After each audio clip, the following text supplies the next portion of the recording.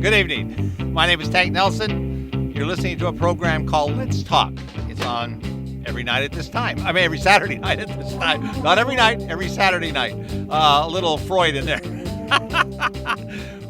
Richard, there was a guy, he was the government guy, and you've heard him on this station where he says, I have brief opening remarks because I've already given lots of Richard, the guy with the government that's apologized for the government, apologized for himself, apologized for the government, and said they were wrong. I mean, this is 9/11.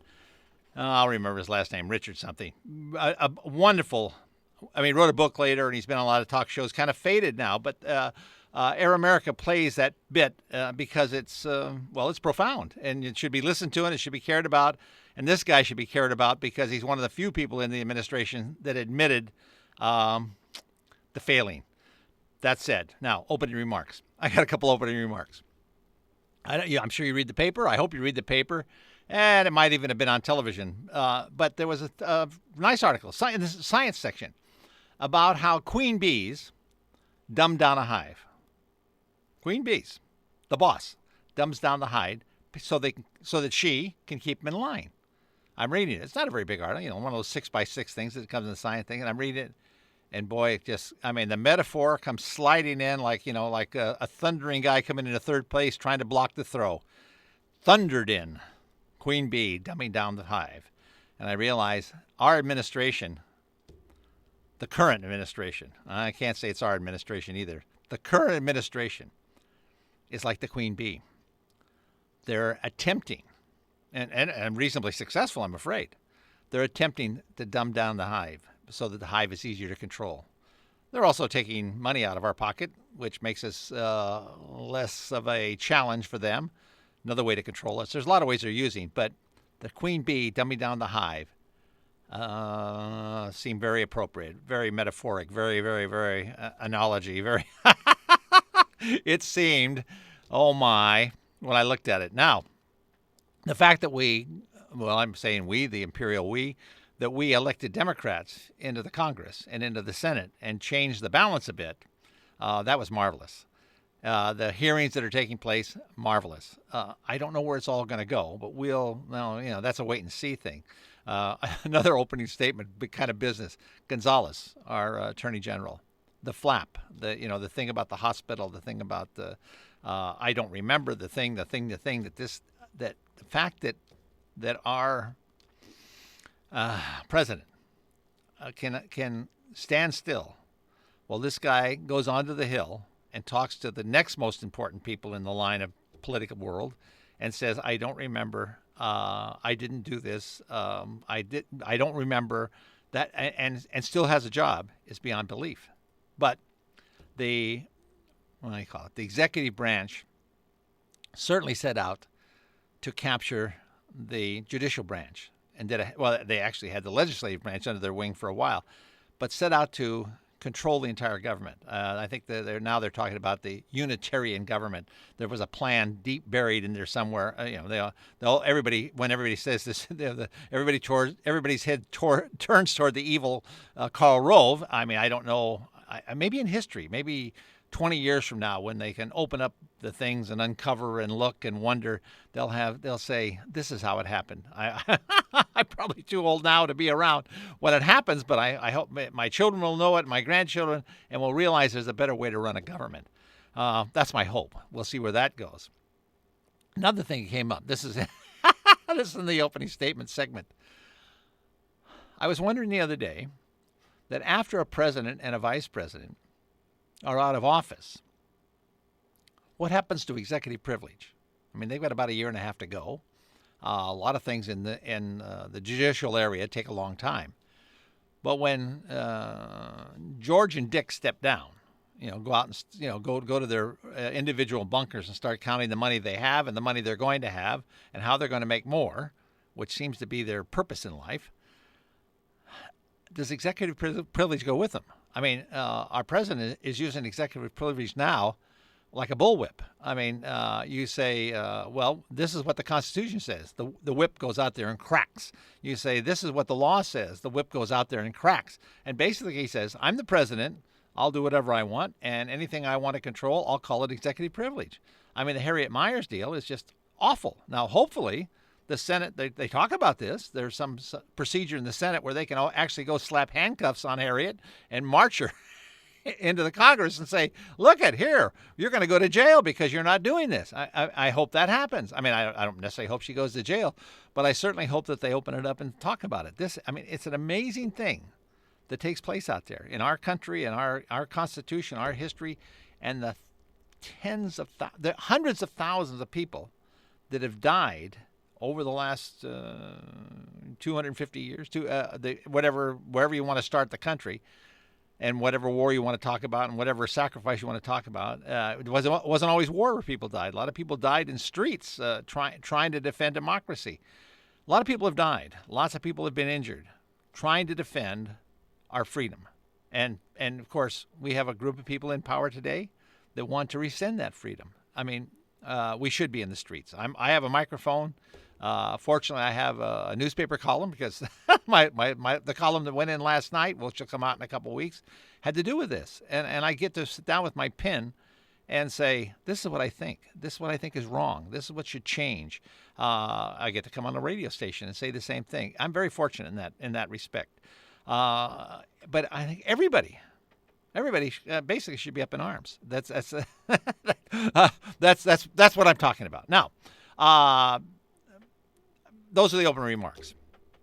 I have a darling wife named Terry, and she's from the South, and she's part of her from the old school.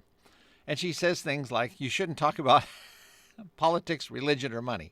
That's an old thing. Now, from the 30s and 40s, that was a very common, maybe even in the 50s, very common saying. You shouldn't talk about politics, religion, or money, basically because it creates arguments and it creates hostility. Like if you're at a party and start talking money, anything can happen. People get mad. You start talking religion, people get mad, and so you shouldn't. At the same time, those three subjects, most interest, there are emotion, I think, maybe love, that kind of thing, may top the list. And I guess that one's all right to talk about. But they're all intermixed. They're all very important subjects. They're all very interesting subjects. They're all fascinating subjects. And of course, the newspapers and television and everything is full of this. These are the three subjects that are hot subjects. So in that in that thinking, I'm going to talk about politics, religion, and money just briefly. Not long. Not going to. Hopefully, I don't bore you ever. But this won't be. These won't be long rants or dissertation. What do you want to call it? This is just something of how I feel. Part of it I just covered with the president and executive privilege. I don't know how far the country is going to let George W. Bush extend his concept of executive privilege. That's to be seen. It's going to. Well, one of the things about things going crazy or nuts is it gets fascinating. If everything's running smooth, it's not so fascinating. But that's what he's doing. The other thing, and this has to do with Bush also, is Iraq. In the paper this week, they're talking about how we're in Iraq to fight I'm going to say it anyway, Al-Qaeda. We're in Iraq to fight these terrorists, wherever they are. I mean, because they're not all. I mean, terrorists come in all forms. I don't know if they all belong to the same organization or not, but supposedly, according to our president, that's why we're there. We're there to fight them there. And the other thing, he doesn't always say it, but he says it a lot, so we won't have to fight him here. I talked about this a couple of months ago. Under the same subject, although it's new, he's bringing it out again. I mean, they roll out the same stuff, they rehash the same stuff over and over. We're there for mass destruction, then we're there to bring democracy, then we're there to topple a dictatorship, then we're there to straighten things out, then we're there, I mean, it's all, of course, we're there for the oil. That's that's as simple as you can get it. There for the oil. On Tom Hartman's show this week, they talked about there's a memo somewhere from 2001 where Cheney sat down with the that energy thing, and they actually has the paper because somebody sued him and they got the paper in the deposition where they were going to say who's going to get the oil when we go in. Hadn't been there yet, and who's going to get it when we do, before we did it. Now, obviously the agenda was not mass destruction, the agenda was not democracy, the agenda was not anything that was correct, kind, considerate, thoughtful, caring. The agenda was oil, lots and lots of oil. And of course, then you get into money. I don't want to get to money too soon, but let's go back to this. The president. Let's go. I get so many things in my head. I jump all over the place. Let's go back to the president and his position this week, where We are there, so they won't be here. A couple of months ago, I talked about this. I'm going to say it again. Think of it as you see it. You probably haven't even done there. I've done this, but it's not around much anymore. Where you went up to like in a carnival, you'd go up to a table, a shelf, and there would be a type of gun, and then there would be ducks on a machine going across, and if you could knock so many ducks over, you got a prize. Again, the metaphor. If our president says that our people are there to keep the terrorists there from coming here, and we've lost 3,600, more than 36 now, but we've lost 3,600 of our troops, not counting contractors. And, of course, if you throw in the death and destruction of the Iraqis themselves, it's a slaughter. But just think of our take the mercenaries or the contractors, what do you want to call them, out of the picture. Take these 30 and take the wounded and forever wounded people out of the picture. Just take these 3,600 people that have already died, however they died. They died in Iraq fighting the terrorists. Take those and think of them as the ducks, because that's what our president is saying. They're there to fight the terrorists. The terrorists have killed 3,600 of them. We have the greatest army the world's ever known, and yet they're able to kill 3,600 of us. We are ducks. Now, what he's saying, the president, in my opinion, what he's saying is, if we can keep them standing at the counter shooting at the ducks, then they're not going to turn around and shoot at us, being in America. That means that what we have here is a sacrifice, an awful, bloody, nasty sacrifice, so we can go shopping. So we can go to the movies. We can stand in line in the movies and not worry about somebody blowing us up. We can go into a supermarket and stand in line. Nobody's going to blow us up. We can go into a stadium and watch a baseball game or a football game or whatever, and nobody's going to blow us up because the terrorists are all in Iraq, right? And the reason they're in Iraq is because our troops are in Iraq killing them. And, of course, they're killing us. And you think, where's the logic in all this? Where's the even the beginning of a sense? And, of course, then you have the far right folks who say, well, if we bring our troops home, then the world's going to believe that we're not strong. The world's going to believe that we're weak. The world's going to believe that we can be had. The world's going to believe all these things. Go back to the first of the war. Shift back to the first invasion. Well, not Kuwait, the actual one that we're in now. Go back to there. When this thing was building up, when they were talking about it, when we were supposedly going to go to the UN and get the second resolution before we did it, but George W. went with the first resolution, says, I'm the president, the first executive, privilege, you want to call it. I don't know what you call what he did, but he did it. Anyway, we're going to go. Now, at the time, I didn't have this radio station, but I certainly talked about it in my newspaper column. It was like, I'm a retired longshoreman. I'm barely a high school graduate. The thing is, I've been around a while. I read newspapers, I read books, I read magazines, and I have lots of friends. And I have a fairly good memory. So you could say I know a little something, not a lot, but a little something. But in this case, going to go to war. I said, what? How can this even be called a war? You have a country, this chunk of sand with lots of oil. They have 30 million people. They have Saddam Hussein, with his rifle pointing in the air, hollering and yelling. And they have these troops, Red Brigades, regular troops, whatever. They have these troops. They don't have an Air Force. They don't have a Navy. They have troops. Right? We have, America. It's supposed to be a coalition thing, but obviously, if you look at the numbers, there was no coalition involved. There's some names on paper, but there's really no coalition. It's the American forces in Iraq. Well, when we're getting ready to go, we have the greatest Air Force the world has ever known. Bigger and more powerful than the Second World War, which we won in 3 years. We have think of this. We have planes that can go anywhere over whatever the square miles of Iraq is and drop as many bombs as they want to. We have plenty of bombs, we have plenty of planes, and we have no resistance. Nobody's going to come up in their planes and shoot us down. So we can bomb till our heart's content. We could have killed all 30 million people in Iraq if we wished to.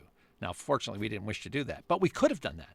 Then offshore we had aircraft carriers, battleships, cruisers, all of them with missiles of every description that we could fire off. We didn't even need to fly over. We had missiles that could reach from the cruiser, whatever they're called. There's a name for the missile.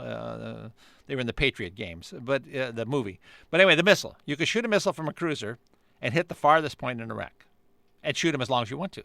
You could have cargo ships come up alongside the cruiser and unload more missiles because they don't have a navy. They can't stop you. You could sit offshore off of Iraq and shot missiles till your missile shooters were so hot they couldn't fire missiles anymore.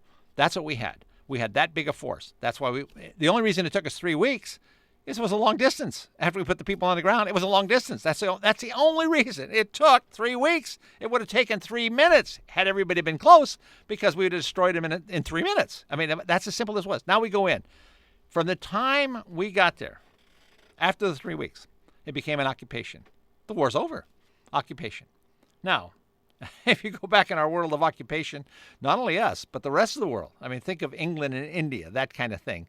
You realize occupation doesn't work very well. It never has, never will. Eventually, the peasants rise up and kill the people that are doing the occupying. We're the occupiers right now. We're in bad position. We should get out. There's going to be an awful thing when we get out. There's going to be an awful thing no matter what happens. There was an awful thing when we went in. That's the end of my rant there. I'm gonna go on to religion. Let me see if I can. I actually have a note right here. Oh, but before we go from there, before we leave this swamp, I don't know where you are, what you're doing, what you're going to do, but you certainly got to keep your mind on Gonzales and our president Cheney, all that hierarchy in there. You got to keep your mind on, because they're out to shuffle you. I mean, you know, George W. cracks the whip big and loud, hollers and screams, and yells executive privilege. But all these folks under him, they'll call it the first 18 or 20 or 25 under him, they're doing the bidding. I mean, almost like slaves. They're doing the bidding. He says, go do this, they go do it. I mean, can you imagine? I assume Gonzales is a reasonably bright fellow. Imagine sitting in front of that committee and having to lie because the guy on the Hill has a whip, and I don't know what the power is. I don't know who knows who, what, where, and how, but it's just maddening. That's another, but we'll leave that one alone. I do get going. Let's go on before I leave this. Let's go on before I get to religion. Let's go on to Donald Rumsfeld. You've forgotten about Donald Rumsfeld, haven't you? The guy that ran this whole mess for 6 years. You've forgotten him. I mean, they took him out of the picture. His his aides, his handlers, his whoever, his minders, whatever, to have set him aside and said, Donald, don't say anything, and don't be in a position where anybody can ask you anything. Step out of it, right? Because you symbolize our failure. You got to stay out of it, because you symbolize our failure, and we, the public, have let him slip. Have let him slip away.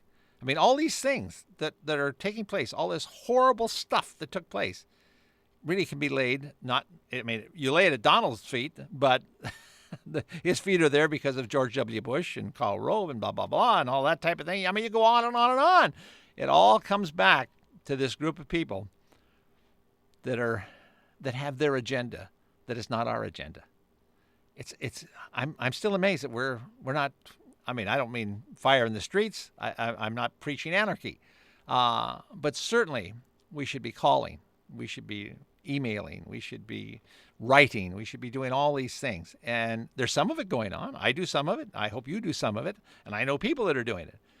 But it's not going on at the level I wish it would go on. I'm going to stop it.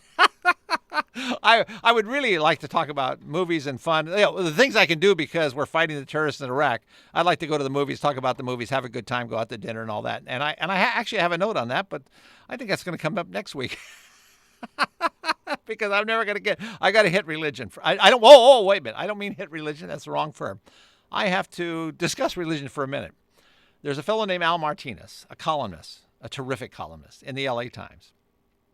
Long story about Al, and I happen to know him, and he happens to know me. Well, that doesn't make any difference. But it is fun. It doesn't make any difference, but it is fun. He wrote a column this week about Roger Mahoney and the Catholic Church. Al Martinez feels what he writes. And when you read him, he writes prose, of course, but it's almost poetry because it flows so perfectly. How he knows how to put every 4 or 5 words in the right order so that you want to read the next word, that's really a gift, but he has it. But I have an email address for him. You can write the LA Times. But if you really want to read the column, it'd be last Monday, whatever. Oh, the 23rd of July. You can go back and read it. You can read it online. But you could. He's at. I'll give you the email address. ALMIZ, the number 13 at AOL.com. Let me do that again. ALMIZ. I guess that's the Martinez part. ALMIZ 13. I got to ask him what the 13 is for. I'll find out. At AOL.com. If you go there, you can get that column. I mean, I'm sure it'll be posted. I mean, if you go to the LA Times website, I'm sure it'll be posted. Brilliant writing, discussing an awful subject, but doing it brilliantly. Not easy to do. Not easy to do. Also in the Times, I don't know why it wasn't in the it was a special to the Times. I guess they commissioned it. There was a guy. You could look up under religion over the last week or so, going back around the 23rd, a couple days either side, probably the Sunday before that, so it'd be the 22nd. There's a guy who was deep in religion and got out of it, and is discussing it from his viewpoints from both sides. One of those things that runs on for pages. You have to have patience and time and everything to read it, but because I'm fascinated with the three subjects you're not talking about, I read the whole thing. It was enlightening, fascinating, riling. It was many things. In fact, I got a conversation going at my house about the Bible and how and when the Bible was written. Now, there was lots of ideas back and forth, and it turns out, actually, I've done this survey before, but a lot of people who go to church don't know much about the Bible. They believe in it, and they swear on it, and they do all that, but they don't know much about it. Actually, that's a whole other subject, but we'll let that go too. But there's two articles in the Times that make religion really interesting. Now, one quick thing. Money. Money. Oh, money. What's the thing in that movie with Lisa Minnelli, Cabaret. Money. Oh, my goodness. I was in San Pedro the other day, the port of Los Angeles, and I was at the Harbor Department to do something to do with film, and that's a whole story. But I was there. On the wall, there's a big poster, huge poster, shows how much in billions, how much the port does in business. Ships coming in, ships going out. How much money is going in and out in this port. Very proud of this fact. I'm sitting there looking at it, and I realize that most of it's the cargo's most of the cargo's coming in, and most of the money's going out. We borrow money from China to finance the war while we buy their goods at a cheaper price and finance their economy. My. Isn't it an interesting world we live in? Now, I was going to talk about the movies. There's a minute to go. There's a second to go. There was a movie. It's called On an Island or something like that with Esther Williams. But in it, Sid Charisse dances with Ricardo Montalban. And you realize that Ricardo is dancing like a gigolo. He probably was. He's not the dancer. But seeing Sid Charisse dance in any movie. The Dancing in the Dark thing with Fred Astaire in, I forget what movie it was, where he hands her out of the carriage and they do it in Central Park. They dance to Dancing in the Dark. Nothing more romantic, nothing more beautiful, nothing more gorgeous than that. Listen, next week I'm going to go back. I'm going to bring my notes back for next week when we go to the movies. Have a good time. Keep laughing. Keep smiling. Think about politics. Do something about politics. But do keep enjoying your life. I'll see you later. I am not fighting for justice. I'm not fighting for freedom. I'm just fighting for my life here and another day in this world, dear. I just do what I've been told. We're just the gravel on the road, and only the lucky ones come home on the day after tomorrow.